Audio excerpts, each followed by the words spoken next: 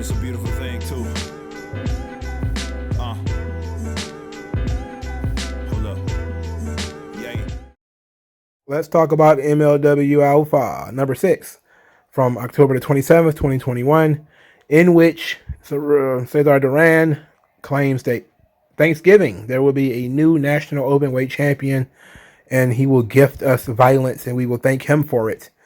Then we get King Moriarty, who enters the office of Cesar Duran and said that he fulfilled his end of the bargain in destroying Richard Holiday, and that now he wants Duran to fulfill his end of the bargain. Duran says, "Are you sure that's what you want?" He's like, "Absolutely. This is the whole point of this, idiot. Give me that box." So he takes the box and he opens the box, and the box is something shiny within. And of course, this is the Pulp Fiction effect. If you ever seen the movie Pulp Fiction, you know that they went into what was in Marcellus's briefcase. They opened it and looked at it, and it was just like shiny stuff. You don't really see what's in it. So apparently, King Mortes is working for Cesar Duran, and they made a deal to destroy Richard Holiday and get that Caribbean championship. But that's not enough. He wants something else too. Cesar Duran was again all over this show, and the show is better with him on it. His next segment was he went down to the I guess the bowels of the building to meet with Mads Kruger of Contra. Mads Kruger, he says that he didn't really want to disrespect Mads Kruger by, commanding Mads Kruger to come up to the office to see him. So he went down to talk to Mads. And then he asked him, what's next? And then Kruger says that, Contra's mission has not changed. Destroy Hammerstone. And then he says, but what about you? Can't you go on a personal mission? Don't you want to be the world heavyweight champion? A personal mission isn't betraying Contra, is it? And Kruger thought about it for a moment and was like, but it turns out that he's a henchman, he's a hired gun. So he can do things for himself, right? So this led to Mads Kruger having 2 matches. The first match he defeated a guy named Dr. Dax, who Holiday has on a chain like a pet. It was awful. She then attacked Dr. Dax after the match after he got squashed by Mads Kruger. Kruger then continued to chant Hail Contra and threatened to destroy Hammerstone, claimed that nobody's out there, nobody can handle him, nobody can beat him. This led to Bud Heavy coming out there and him getting his ass beat too. And that's just kind of how that went. And that was essentially the Cesar Duran, Mads Kruger story. And I like the idea of, you have a member of Contra going rogue because Joseph Samael and Jacob Fatu have lost control of the world title. So now, since Fatu has been beaten, and Kruger has not been beaten, Kruger figures he's the next guy up. That was the seed that Cesar Duran has planted into his brain. And up to this point, Kruger has just been sort of a point and shoot villain, where he just point him at Hammerstone and he just kind of goes after him. But now he's being manipulated a little bit, so it adds some intrigue to his character. It also adds some intrigue to this budding relationship between Cesar Duran and Contra. Now, are they really working together, or are they not working together? So there's a is they, aren't they type of situation. I enjoy that. So first match, Opera Cup round 1, Bobby Fish versus Lee Moriarty. Bobby Fish wins with a heel hooked. Match was solid. Every time I look at Lee Moriarty, he's losing. It's like out of nowhere. Like the whole thing about the whole Forbidden Door nonsense, I hate to say this, because it's just basic pro wrestling, is that as soon as somebody gets hot somewhere, it's just everywhere. Bobby Fish is that guy. Lee Moriarty is that guy. The moment he gets any kind of notoriety, he's on every single show there is. He's on Impact, he's on this show, he's on NWA, he's everywhere. And that's really boring to me. I like the idea of, if I want to watch Lee Moriarty, I have to watch AEW to see him. You know, for some reason I like that. You know, I like that in wrestling. I wouldn't like it if it was like, you know, my favorite food and I could only get it from one place. Like if there's only one pizza place in the entire city or something like that, that would suck. But in wrestling, I like the idea of if I want to watch Sting, I have to watch WCW. You know, it could be great to see Sting in a WWE. That could have been nice, but I didn't like Sting. Sting isn't in WWE, so if my experience of Sting and me liking Sting was me watching WCW. So there they go. And it gives me a reason to watch something different. You know, there's no reason why you have to have the same thing delivered to you all the time and just, you know, different packaging. That just seems stupid to me. All right. So from there, after Bobby Fish defeated him, we move on to EJ Enduca, the guy who's joining Hammerstone's team for the War Chamber match. And he's joining the team because he's tired of Contra thinking that they can run the show and that he's trained with Hammerstone and thinks that if he wins, then Hammerstone will give him a title shot. This leads to Hammerstone later cutting a promo saying that it's time to put the nail in Contra, that him and Holiday have accepted. Also, a tag team match challenge from Contra. This was pretty silly because Holiday got beat up last week. So he shows up with his entire head and face, but yet he was wearing sunglasses. His entire head and face bandaged. And he's mumbling like, roo, roo, roo, roo, roo, roo. And Hammerstone's like, I don't get it. I don't understand anything that you're saying. And Alicia Toot is there, and he's continuing on. Roo, roo, roo, roo, roo. And then Alicia Toot smacks him and is like, oh, that's so horrible. How could you say that? And nobody understands what the hell he's saying. It's like Charlie Brown. All of a sudden, he's like, womp, womp, womp, womp, womp. And he's continuing to talk after he got smacked by Alicia Toot. And Hammerstone's like, man, you can't say things like this. You can't do these things. It was funny. Like, it was really weird. And I like that, you know, they played it off of the Holiday Toot thing, where she was really so worried about him last week. But now he's back to being dickhead Richard Holiday. So she feels perfectly okay smacking him and pushing him away and stuff like that. Because, you know, it's almost like he's fucking it up for himself. Even though he's not really saying anything, he's just talking through bandages and trying to talk, and he's not saying anything. So it's all about their interpretation of what he's saying. And she's interpreted what he said as negatively. And, of course, Hammerstone just does the same thing. So I'm guessing they're going to have that tag team match. I expect the Dynasty to win. I don't see why they wouldn't win. It would be stupid if they didn't win. I like Richard Holiday, man. Richard Holiday is really fun. He is really fun.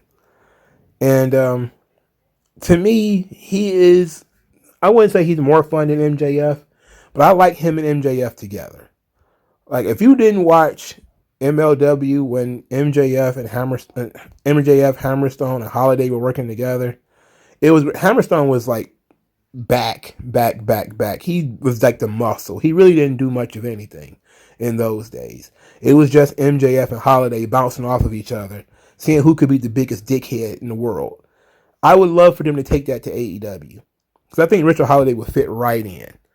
You know, he is perfect if he was to be brought in as MJF's brother or his just a buddy from school or something like that, because he's perfect in this role. He's so good. I hate that they broke him up. I really do. But, you know, MJF is time to stretch his legs, do other things. Calvin Tankman was about to have a match with Gino Medina, which I was not excited for, even though I like Tankman. He said that he didn't need Alex Kane and King Mo, and he won't be jumping on their bandwagon. They will be jumping on his. As he's saying that, King Mo and Alex Kane is walking up behind him and confronting him about this. Then he gets jumped and beat up, and they stomp him a couple of times. This leads to him going to the hospital and the match being canceled. So, yay, I didn't have to watch Gino Medina. That's cool. But, you know, it's like MLW has inside the ring durability and outside the ring durability. It's like outside the ring, everybody is super fragile. You know, you push somebody over and all of a sudden they're damn near dead. Their match is canceled and who knows when they'll ever show back up again. Inside the ring, you could powerbomb them through a table, run them into the ring post, split them in half with a pizza slicer, you know, throw them in the blenders, spit them out, and they'll just come back together. But outside the ring, as long as the bell's not rung, you know, these guys are the most fragile dudes in the world. Calvin Tankman is a big guy. There's no way King Mo and Alice Kane did that much damage to him with their bare hands. Like if they'd hit him with like a 2x4 across the head or something like that, okay, cool. But I still like the angle though, because not now Tankman's in a feud. I don't like that his feud is with King Mo though. King Mo is not good. He's not good. Nah. Alex Kane I haven't seen enough of to make a judgment. But King Mo,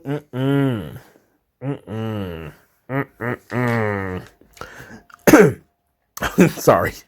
L.A. Park and his sons are hilarious as they talk about gringo candy, gringo confectionaries, which they call stupid gimmicks.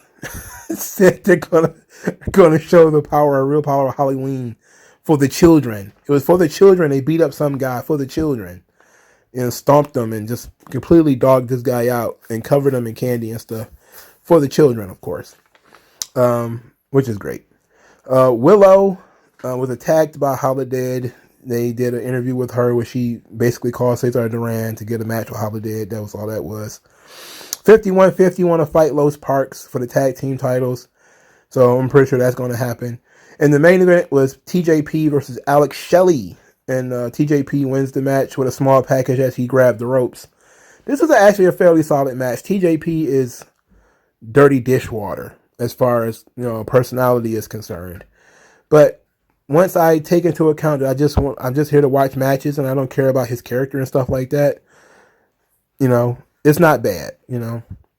And Alex Shelley is pretty good too.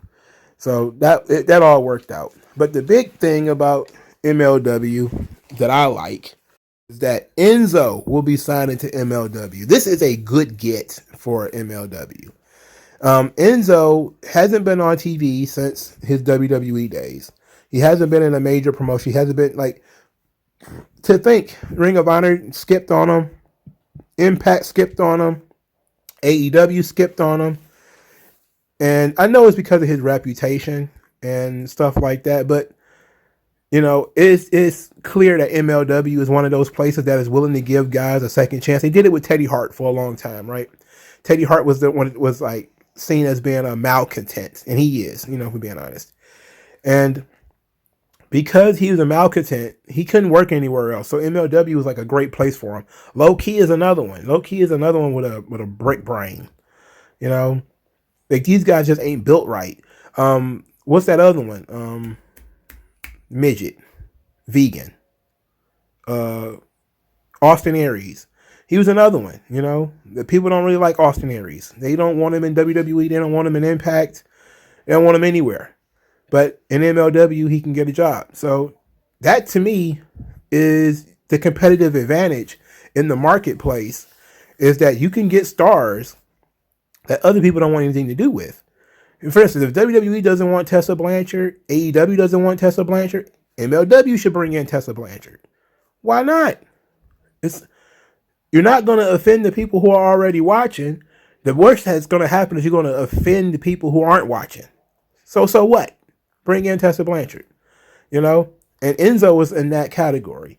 That, yeah, if it was AEW, you'd have to think about your audience. Who might be like, man, I hate nZo. He sucks. He can't wrestle. You know, if it was, and you would also think about the rape case and stuff like that, and his attitude and shit like that. But when you're MLW, you can do this stuff. You're free. You know, you're a show on YouTube. You're free to do your own thing, and you can sign nZo and do fun stuff with nZo and let nZo be a fun character for your crowd. And hell, he might actually do the impossible and make people watch this fucking show. You know. So I'm all in on nZo coming to MLW. I think it's a long time coming that he got signed somewhere that he can actually go and ply his trade. And look, he doesn't have to go out there and have 5-star classics. He can just cut funny promos and that'd be good enough, you know, to recreate some of the fun that he was able to bring to WWE, Smack Talker Skywalker. And I think he'll probably end up being the new open weight champion. I wouldn't be surprised if it's Enzo. You know? Hopefully this works out better for Court Bauer than his whole flirtation with Leo Rush did. I know Leo Rush is another malcontent. But hopefully this works out a lot better than that. And I like that Court Bauer is making aggressive moves to get people who are names and people who are talented. And he's trying his best to bring in guys. MLW is trying to grow. Let's get it, man. Let me know what you guys think in the comment section below. Like this video, share this video, subscribe to the channel, donate to the channel. Thank you guys for your time, and I'll talk to you guys later. Tell me what's worse than learning all that you led to believe was all horse crap. They distort, so question as if